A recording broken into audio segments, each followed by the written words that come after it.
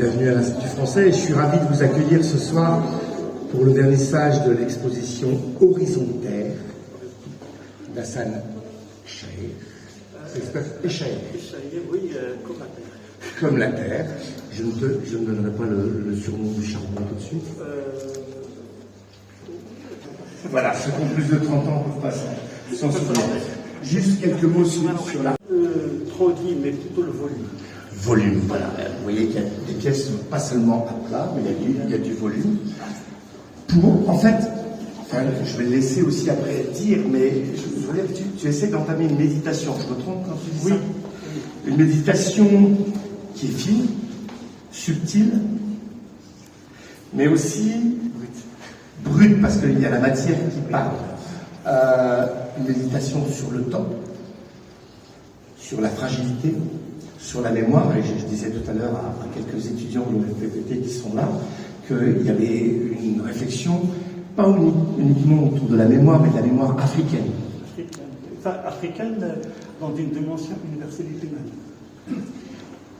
Sur les traces de l'humanité, les traces effacées, les traces de la mémoire, composées ou recomposées.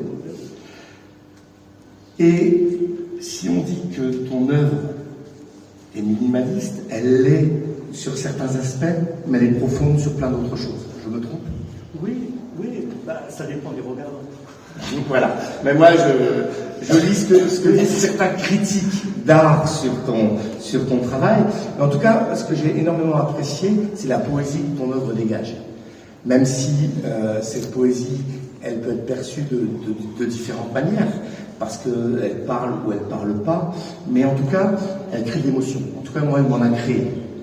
Et elle est à travers des matériaux qui sont à la fois banaux, sobres, le bois, les pieux, les cordes, les pierres, même si on ne voit pas beaucoup de pierres aujourd'hui, mais dans certaines, on peut les voir. Mais je parle de ton œuvre en général. Voilà. Et tu proposes une réflexion qui peut parfois paraître antagoniste, en fonction de la façon dont on regarde ton œuvre. Elle peut être perçue comme très positive, ou perçue quelquefois comme pas triste, mais voilà, ça pousse à la réflexion. À la fois sur le poids, la trace, l'énergie, la transparence, la liberté, la fragilité, l'identité. On en parlait d'identité africaine tout à l'heure, et on a eu quelques discussions ensemble ce matin et pendant l'installation. Mais moi, ce qui m'importe dans cette exposition, et après je te laisse la parole, c'est la délicatesse et la fragilité que propose tout ton travail. Cette délicatesse, cette poésie fait que chacun, et j'espère que vous poserez toutes les questions à l'artiste, va pouvoir s'y retrouver d'une manière ou d'une autre. Voilà, donc je vous souhaite une très belle exposition.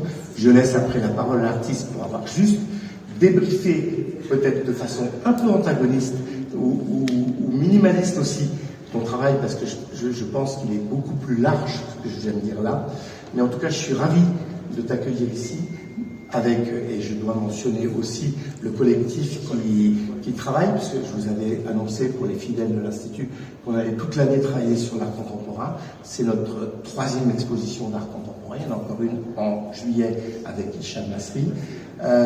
Et donc voilà, tous les 2 mois, un mois et demi, on vous proposera de l'art contemporain marocain et français, puisqu'en septembre, on va une petite surprise aussi avec le collectif d'amis et je voudrais avoir une petite pensée pour Imad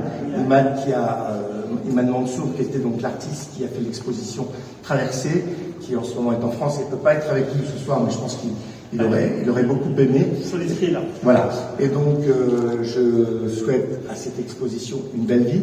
Et il y aura une autre, et je le dis en petit teasing un petit peu, puisque Hassan nous proposera avec d'autres artistes marocains pendant la Sidone Volubile, ce qu'on a appelé une carte blanche, où il va vous proposer des installations, et ça sera la surprise, pendant la Sidone Volubile avec d'autres artistes, musiciens, voilà, qui vont dialoguer avec l'environnement, on va dire ça comme ça pour laisser la plus grande surprise, au mois de juin. Et regardant le programme, ça s'appelle Carte Blanche, on a voulu juste laisser l'esprit le plus libre possible pour qu'Hassan et les artistes qu'il invitera vous interpellent sur son œuvre et sur une œuvre collective. Merci à vous d'être là et je laisse la parole à Hassan. Merci. C'est vrai que c'est la troisième fois que j'expose à Meknès, et la quatrième fois ça va être bientôt avec les Casablanca. Et je ne sais pas quoi dire, d'ailleurs je remercie beaucoup Fabrice d'avoir invité, d'avoir accepté la proposition d'un collectif qui réunit à l'unisson autour de territoire. Et la traversée qui était l'exposition de l'ENAD au mois de janvier, je crois, et moi je travaille toujours dans le même alignement avec Horizontaire. L'horizontal, mais horizontal, c'est-à-dire une relation avec la terre. Alors, il faut que je profite de remercier Fabrice de son accueil, de son modestie, de son cœur, de son ouverture et tout ça. Et je remercie aussi la présence de ma femme, ma fille qui m'accompagne et qui ont supporté un peu ma frustration durant la préparation de l'expo. Mon collègue Fouad qui est venu spécialement, et je vois certains anciens étudiants, il y a quelqu'un qui se cache derrière Mahmoud et Hind. Ça fait vraiment plaisir de vous revoir, et aussi les jeunes qui sont souriants, sont très beaux. Et je tiens à remercier la présence d'une personne qui m'a invité la première fois à exposer dans une galerie, c'est Leila Tziazi. Je la vois, docteur Leila Tziazi, et ça fait vraiment plaisir. Tout ça, ça fait chose de... Alors, mon travail, c'est un travail qui est ouvert, c'est-à-dire que je suis parti du principe j'ai créé une ligne d'horizon autour de 180 degrés hauteur, c'est un peu ma taille. Et sur cette ligne un peu fictive ou virtuelle, j'ai accroché les travaux. Je ne les ai pas accrochés en fonction d'une manière académique où il y a le centre du tableau qui doit correspondre au centre de l'œil, à la hauteur de l'œil, mais il y a une ligne d'horizon et tout est accroché, tout est suspendu sur cette ligne d'horizon. Et chacun de nous a une ligne d'horizon qui donne perspective. Et quand on dit perspective, ça veut dire c'est ce qu'on perçoit dans les médias, c'est-à-dire ce qu'on perçoit, ce qui est visible mais qui n'est pas encore atteint. Et dans cette perspective, il y a des livres d'artistes, il y a des tableaux, il y a des choses qui sont extrêmement intimes, qui sont pratiquement des travaux d'ordre des matrices. C'est vraiment des matrices, des projets. Et voilà, c'est une exposition qui est ouverte. Il y a l'Afrique qui est très très présente depuis le début dans mon travail, pas seulement par la couleur noire, mais surtout par sa force, par son esprit, par son énergie. Et parce que je considère que l'art africain, c'est là où il n'a pas un curateur, il n'a pas besoin d'un curateur, il n'a pas besoin d'un théoricien pour pouvoir.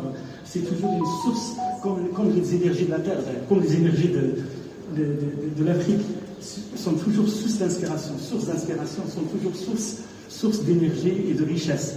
Et l'art africain, que ce soit au niveau thématique, que ce soit au niveau poétique, que ce soit au niveau énergétique, que ce soit au niveau artistique, ça donne toujours, il est toujours en devant de ce qu'on peut nous créer en tant qu'artiste.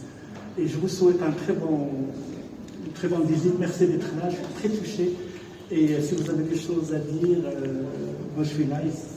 Je remercie l'enseignement d'avoir ramené des gens. C'est très très important que les gens puissent venir voir des expos. Je suis désolé pour certains parce qu'il n'y a pas d'analogie, il n'y a pas de comparaison, mais il faut que vous creusiez dans votre propre sensibilité pour pouvoir sentir. On ne peut que sentir, on ne peut pas comprendre ici. Et je vous remercie et merci. Je laisse revenir, découvrir et puis on passera.